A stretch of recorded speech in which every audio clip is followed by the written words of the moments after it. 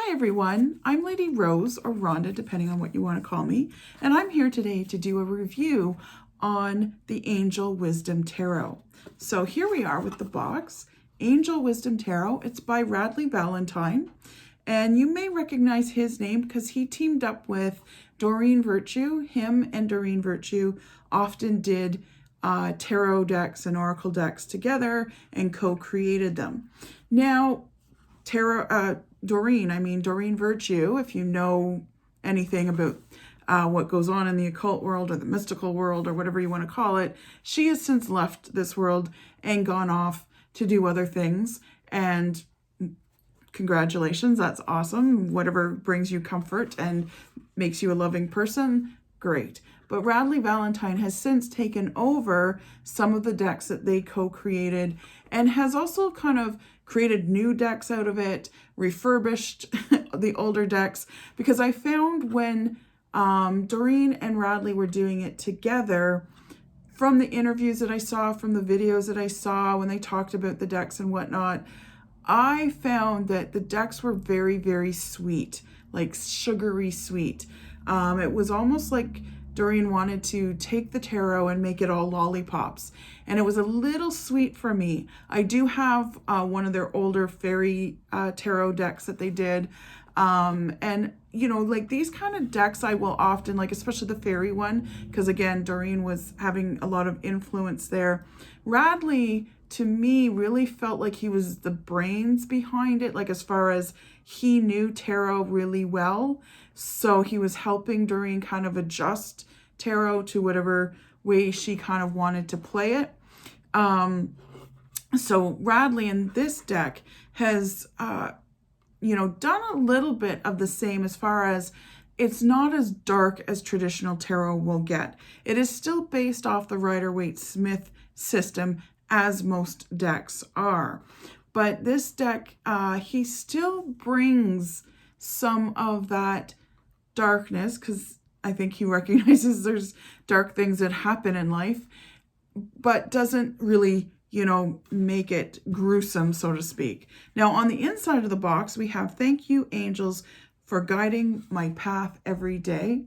I like it when a box has a little message like that. That's always nice. And it's got gilded gold on the angel word for the cover.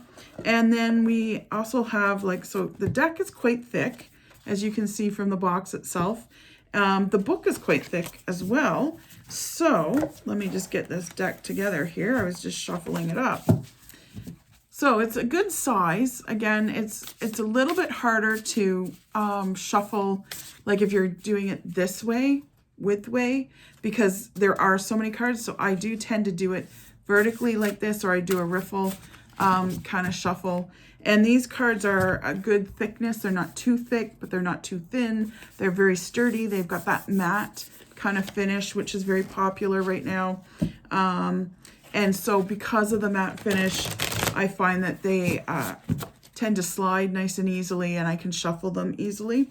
They're not gilded on the edges, and I love gilded cards, but I don't mind if they're not, because if they're not gilded, that means they do tend to come apart. They like in a good way. They're not stuck together. If you get a gilded deck, you often have to go through one by one each card just to kind of separate them out, because when they gild them all together kind of thing. So they kind of get stuck and you just kind of have to peel them apart a little bit.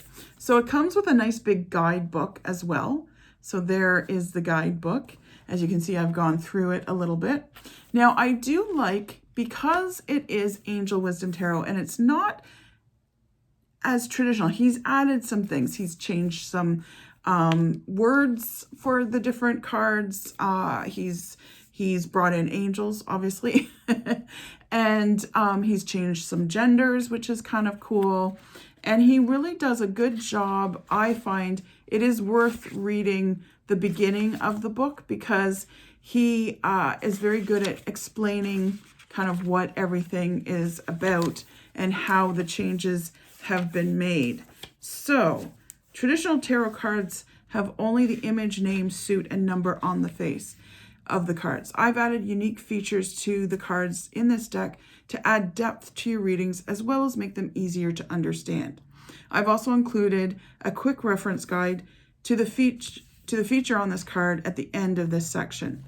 So like I said, he does add different things. He goes through, let me see, he's changed some of the, well, not really changed, but his court cards are a little bit different than traditional ones. Page, King, Knight, Queen, and Tarot can represent someone in your life, a situation, your experience. So in the guidebook, you'll find 5 pieces of information about each card. And so that's kind of interesting. Then he also does go through each of the archangels as well. There's, I think, 15 that he talks about in here. Now, traditionally speaking, tarot, the Rider-Waite one, has angel cards in it too. So there are angels within tarot, always have been, but it's usually the 4 main, what are called the 4 main guardian angels. So that's Gabriel, Raphael, Michael, and Uriel. But he brings in 15 different archangels, so you get to know your angels a little bit more with this deck, with this reading, because you can always look them up as you go along, like who's who in the angel world. He talks about the spreads. He shows you a couple of spreads. There's the 3 just traditional ones, like the Celtic cross. I don't do that anymore. As soon as I was not a student, I stopped doing the Celtic cross pretty much within the year. 3 card readings, of course. I just tend to do my own spreads. Archangel associations, that sort of thing. So like these kind of, what that means. So he's put little, here it is, little abbreviations. So for instance, Michael is MI. So he associates an angel with every single card, all 78 cards in the tarot. So for instance, this one, he's got the 3 of fire. That's the element. So that means it's wands. So you do need to know what each suit's element is, because that's how you kind of know what suit you're dealing with. And it's the 4. Okay. Oh no, sorry. 3 of fire. So wands. And Michael, he's got Michael. And, oh, that's probably the major arcana it's associated with. So you don't have to look it up in the book, because it is listed in the book. Card number, wisdom card. So yeah, so the wisdom card, I'm going to talk about that in a minute here. So this is really cool, kind of what he's doing. So this is the 3, that's the number it is. It's fire, so it's wands, that's the suit and the element that it's in. And then this is MI, so you got to get to know your sort of short form that he puts in the book for you of what angel it's associated with. And then this is the number 4, so this is the major arcana it's associated with. And he does that for each card. So it's really kind of cool. So here it is. He explains each card. This is major arcana. Archangel association and card number are on the bottom here. And then in the minor arcana, there's 4 different pieces of information that you can get. Not only talking about the writing here, and then the picture as well. So let me just get to one of these cards. Okay, so I'll go to, let's do a major arcana. So we've got balance here. Release, awakening. See, these are some of the different ones that he's doing as opposed to the regular ones. So balance, release. Release is death, is traditionally death card, right? Awakening, I believe that's traditionally strength card he's got as 11. Okay. Traditionally it's 9, I think. Oh no, maybe not. Okay, so an awakening, I believe awakening's the tower. I'm not sure. Release I know is death. Balance is, what's after that? Ego, that's the devil, as opposed to, so I do actually have a video that I did on the angels of tarot, and I talk about the angels that are within the tarot, the traditional tarot deck. And within that video, I've also included the devil, because technically he was an angel. He's a fallen angel, obviously. So I talk about him a little bit too, because he is associated with the angels. So I'm going to put a link below when I put this up on YouTube for the Angels of Tarot video, if you want to watch that and see where the traditional angels are. But ego, he's got in place of the devil. Transformation is a different one as well. So you've got, Archangel Michael comes to your rescue, because Archangel Michael is the one that threw the devil out of heaven, right? So of course, this one would be associated with Archangel Michael. With his sword of light, he frees you from limiting beliefs and destructive behaviors. Often the perception of entrapment is an illusion. A person can become so used to their situation that they can't see the possibilities for change or for getting free of unhappy circumstances. Your ego would have you stay where you are with thoughts of you're not good enough to make your dreams come true, and it's safer to stay here. It could be worse out there. If you are unhappy, then it's a guarantee the universe wants you to make changes and will do whatever it can to help. But the choice to make changes, to take the first baby steps, is entirely up to you. This card can also reflect someone who's overly focused on the acquisition of wealth or material things, probably as a way to fill a spiritual or emotional void within. Addiction or overexposure to unhealthy foods, substances, or people can also be present. And it's got additional meanings for this card. Refusal to accept responsibility for your situation, getting clear of what's the cause and what's the symptom, getting caught up in fear and worry and excessive debt. And that definitely fits everything about the devil card. Like I said, Radley Valentine really does know the tarot quite well, and he's done quite a good job on this deck. The only thing I don't like about it, as far as me using it as a professional, is there is messages down below, and sometimes I find part of it fits but part of it doesn't, but I adjust accordingly. I jokingly say sometimes that this is my lazy day tarot deck, because all I have to do is read the thing on the bottom and say, hey, does that work for you? Kind of thing.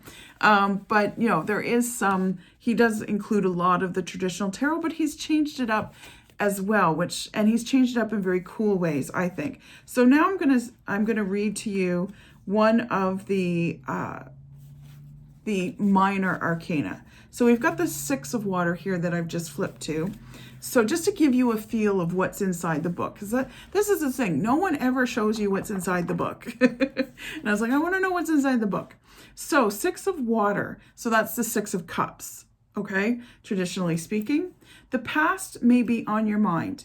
And funnily enough, the Six of Cups is known and nicknamed as the nostalgia card. I have a video where I did nicknames for many of the tarot decks, or tarot cards, because when you know the nickname, you kind of get an idea of what it's about. And he starts out with the past may be on your mind. That's what nostalgia is about. It could be relationships or situations you once experienced, or it could be something that goes all the way back to childhood. Because a lot of times on the Six of Cups, there's children. It's cups filled with flowers a lot of the times, and there's children dancing around and having a grand old time. Children and your memories of growing up are often the core meaning of this card.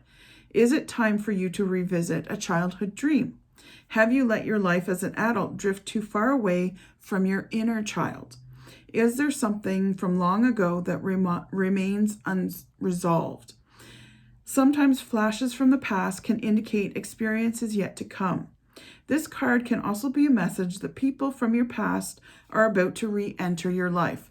That's the very old school traditional meaning. So I'm glad he's included all of that. Plus, the other ways that you can look at this card. Above all, try to see the past as it truly was. Now, if you've ever gone back to your childhood home and it always seems so much smaller than you remember it. So that's the thing about nostalgia, is that we tend to put rose-colored glasses on when we look back and go, wasn't that great? Or that was such a big house. I remember growing up in it. And then, reality sets in when you actually see it and go, oh, it's kind of smaller than I remember. So above all, try to see the past as it truly was. Don't romanticize or horribilize it. View your history objectively, giving it a balanced and fair assessment. So additional meanings of this card: inheritance, gifts or reunions, sharing, children or childhood, pining for the past, the rekindling of old friendships or romances, and experiences that stir memories.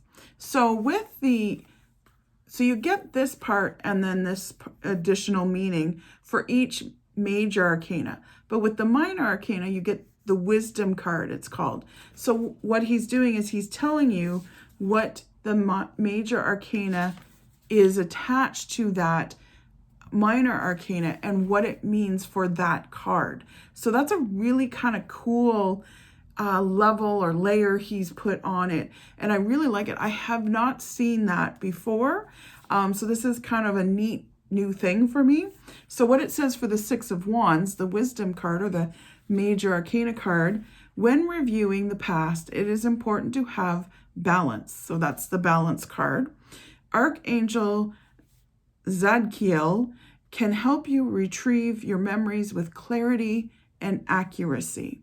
So it's really interesting. This is definitely a guidebook that comes with the cards that is worth going over and worth kind of reviewing and reading. You don't have to read it cover to cover, but just every once in a while open it up, especially right before you're going to do a reading, because more times than I can tell you, I might get out a guidebook for a tarot deck that I'm about to use in a reading, and I'll flip to a page and I'll be reading it, and then sure enough, that card will show up in the reading. So I really trust in my angels and in the divine that they will direct me to what cards I'm supposed to see that day, kind of thing. Now, it doesn't happen every time, but pretty much a lot of the times. So let's go through some of the cards. So this is the back of the card. And I don't know if I mentioned, but I do like the thickness. Again, not too thick, not too thin. They shuffle really well because they've got that matte finish. So I enjoy that, like when they shuffle quite well out of the box. I already talked about how, like I use it vertically as opposed to horizontally to shuffle, because I'm used to big tarot decks and stretching my hand over the years. I've got a good grip. Like now playing cards seem like a joke to me because they're like, oh, they're so tiny.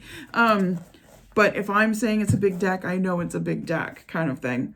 So we've got the 10 of Wands, because it's the fire element, and it's Archangel Michael. Now, Michael's probably associated with all the wands because he is the southern fire direction. That's the angel that he is in that direction and guardian of that direction.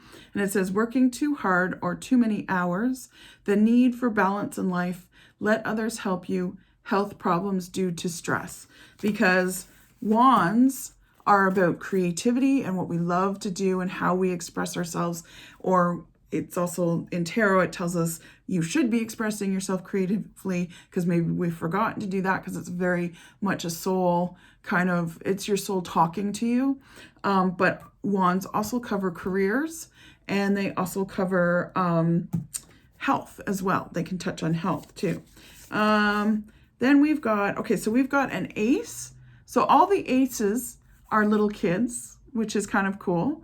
And there's a lot more activity going on in this ace than, normally it's just like, here's a sword or here's a pentacle, and that's all you get from the aces. So this is the ace, and he's numbered them 1 as opposed to ace. And this is the leaf, so it's about earth, and it's green, reminds you of earth, right? And then RZ, that's not Raphael, I don't believe, but I'll double check because I've got the book right here. Because I think can't remember quite his name, but I'll have to remind myself. Let me see if I can remind myself. If I can't, that's okay. You can just purchase the deck if you like, if you want to add it in. Or you can book a reading with me and we can look it up together then, because I'm sure you don't want to watch me flip through a book for the next 10 minutes trying to find that spot where they all were. And here we are. Razil, that's what our Z is for. I knew it was something like that. I didn't quite remember. And then it says a windfall of abundance, wise counsel, or good fortune, an exciting career opportunity, a lucrative contract, significant purchases like a home or vehicle. So when it says significant purchases, it usually means this is a good time to do that, not, uh-oh, you're going to buy a home. Then we've got the 6 of Pentacles, or leaves here, because it's the earth element. Some of the pentacles have coins on them, some of them don't. So if you're not familiar with tarot, or even if you are, it can be a little like, you do have to get used to this deck because it is a little bit different than your traditional tarot deck. Again, all the elements are there if you know where to look for them. And like I said, he does explain where to look for them, and he incorporates angels into all of it. So this is the 20 card, Major Arcana card, is associated with it. And I think this is Jeremiah or something like that of the angels. So that's changed up. I like that he's incorporated different kinds of people as well, of different abilities. Because the more we see it, the more normal it becomes, and it's always a good thing.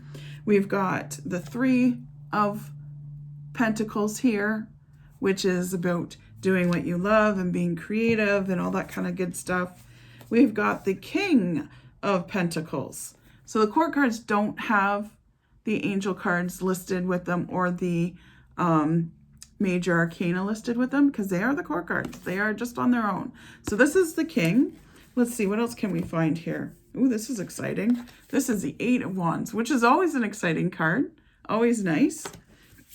Let me see, what else do we got here? We've got, like I said, I don't always do all the cards because I like you to be surprised. Again, another ace. This time it's the Ace of Wands, another child, right? And it's funny because later on in this suit, this child is grown up and his dragon's grown up too. So it's kind of cool. I like that. So here's Awakening. Awakening is the Hanged Man in traditional tarot. So he does include the meaning of it. It says a temporary pause for reflection and insight, an awakening where you see things in a whole new light. Embrace your own uniqueness and charitable actions. And there's a little angel here. Well, he's a big angel, but he's in the trees. You can't quite see him. And he's upside down. But that is the traditional meaning of the Hanged Man, is that it looks dire because it looks like he's been strung up in a tree and he's upside down. But really, he's kind of put himself there on purpose because it's about changing your perspective, right? And we often need to do that, and we often are unwilling to do that.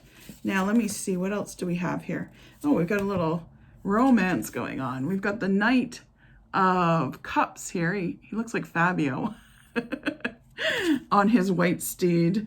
Romantic, flirtatious, introspective, fickle, falling in love, being swept off your feet, a sudden love affair, a lack of balance in a relationship, situations or topics that make your heart flutter, a love of art and poetry. And then we've got the High Priestess here. So there's the High Priestess.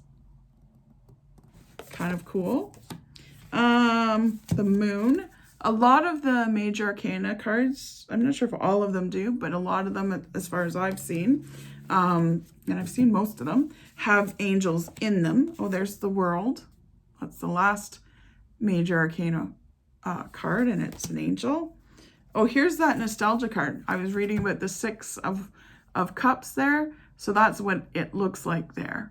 So that's interesting. It does almost always have children on it. And like I said, he does include a lot of the traditional tarot element and meanings to it, but he puts a kind of a different spin, adds a little, zest in some ways. He really knows what he's doing. Like I said, I often thought he was kind of the brains behind all the tarot decks that he would team up with.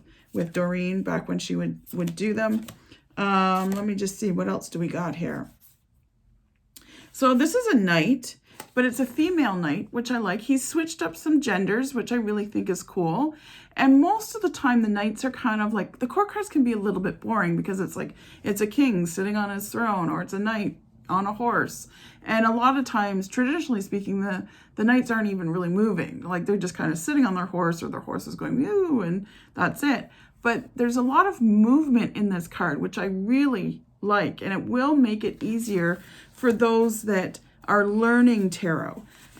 Even with the changes, I teach tarot, and I do insist that all my students have the Rider-Waite-Smith deck. And the reason I do that, there's a few different reasons I do that. One, because it is the first of the modern day tarot. It's considered the original tarot from not going back to ancient tarot kind of thing. So it's the standard, right?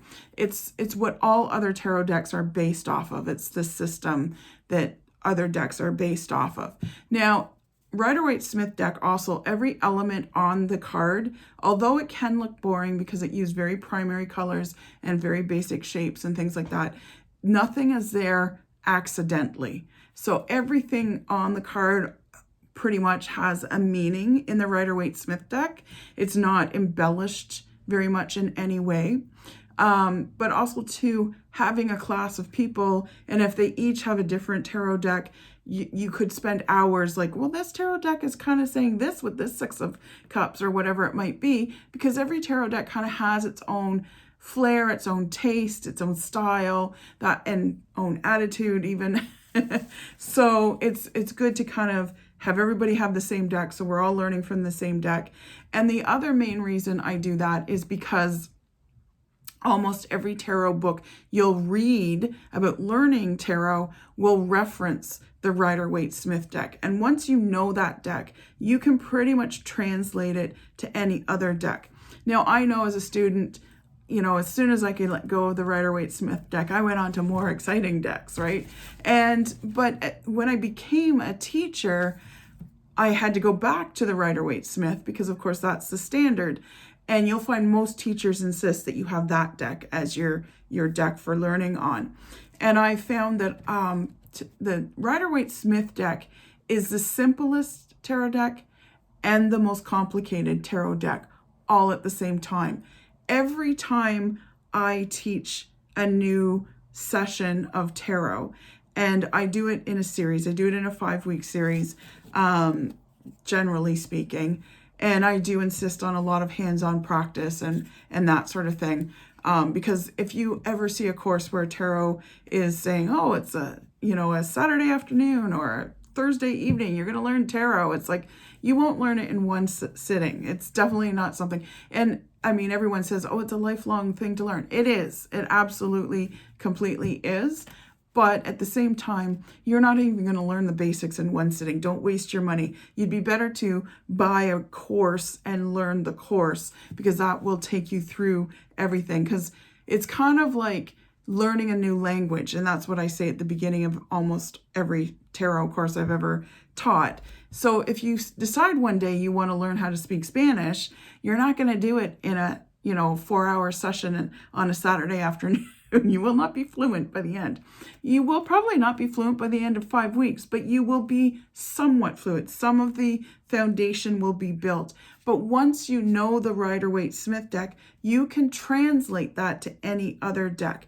And that's the beauty of it. That's what I love about the Rider-Waite-Smith deck, is that when I get a deck like this that's a little bit off the beaten path, I can instantly tell the differences. So I'm not wobbling around going, what does this card mean? Traditionally, this is what this card means, but this also puts an extra spin on it, and here's the extra spin. So for me, I find these kind of decks that sort of diverge a little bit actually add another level, especially when you're dealing with someone like Radley Valentine, who really knows the tarot very, very well and can make some very interesting divergence that actually add more to your reading, to that card, and all that kind of stuff.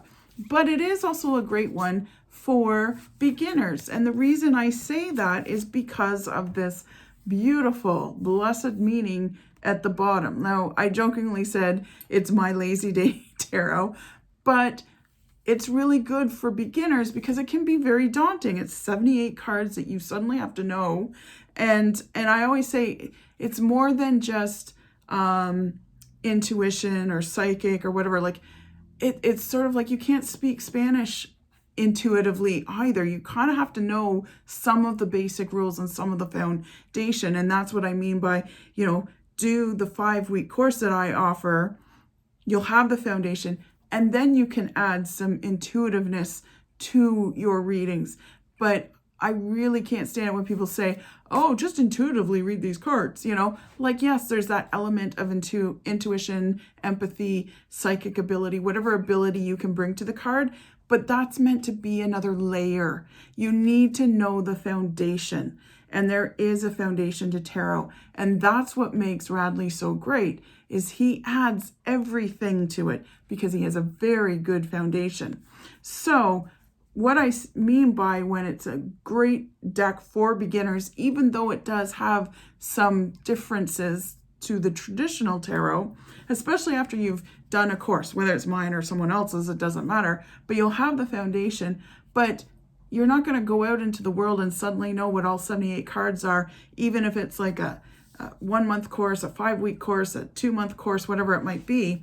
You're not going to know necessarily, because I know when I first started, I was like, oh my God, what does this card mean? I'm blanking, right? I give you tricks to get over that, but this will really help too, because it will get your keywords out there for yourself, and it gives you an idea. He also puts movement and different pictures in to help sort of get those juices going as to what the meaning of this card is. So this is why I really like this deck. It's really interesting, very interesting for myself as a professional to add more layers to my reading.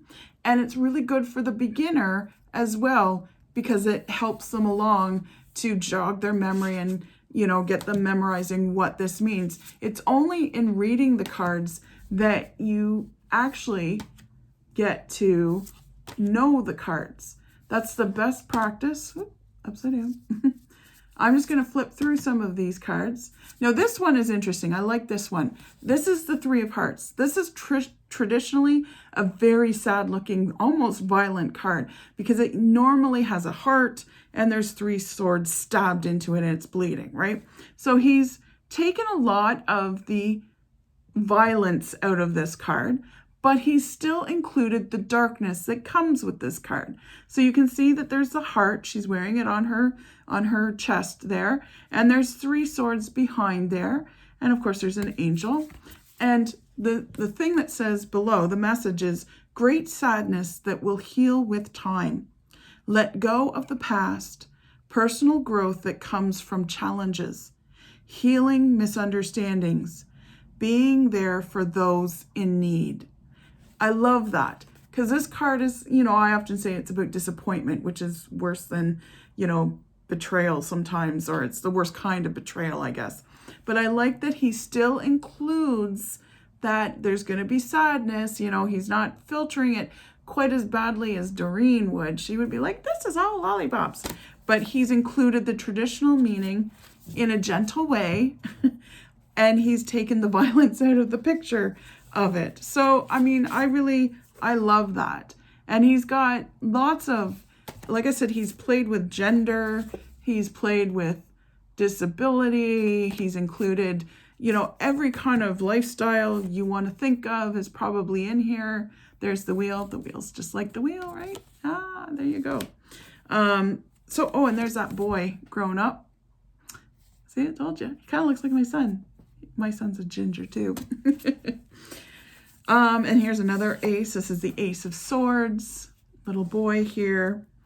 So like I said, I don't go through all the cards, because if you want to purchase this and add this to your deck, or your collection, I will put a link below for this deck. And if you like to click on the link and purchase it, that helps me out, and I appreciate that. That and comments. Comment away. If there's a deck that you want to see, the style, the razzmatazz of it, the attitude of it, whatever it might be. Let me know in the comments what deck it is. See over there? I think I did this in one other video too. That's a stack of tarot decks. It's all tarot and oracle decks. And that's just a little bit of my collection. So I have a lot of tarot decks and oracle decks. I'm happy to do reviews. I'm going to be working through that pile. This is the Fool, but he's changed it to the Dreamer. Because, you know, I don't know. I love being the Fool. I say embrace your Fool, but some people get a little insulted. I have clients where I'll flip up the Fool and they'll be like, oh, so I'm the Fool? It's like, well, yeah, we are all the Fool. In fact, it's better if you recognize that you're the Fool because that requires some humility. Yeah, transformation. This used to be the Tower card. So this is another scary card that a lot of people go, whoa, at. So he's changed it up, definitely. I mean, it's a dark castle, and it does say a significant life experience that requires changes to be made. Powerful and often unexpected. Unexpected revelations, breaking free of procrastination, releasing old belief systems.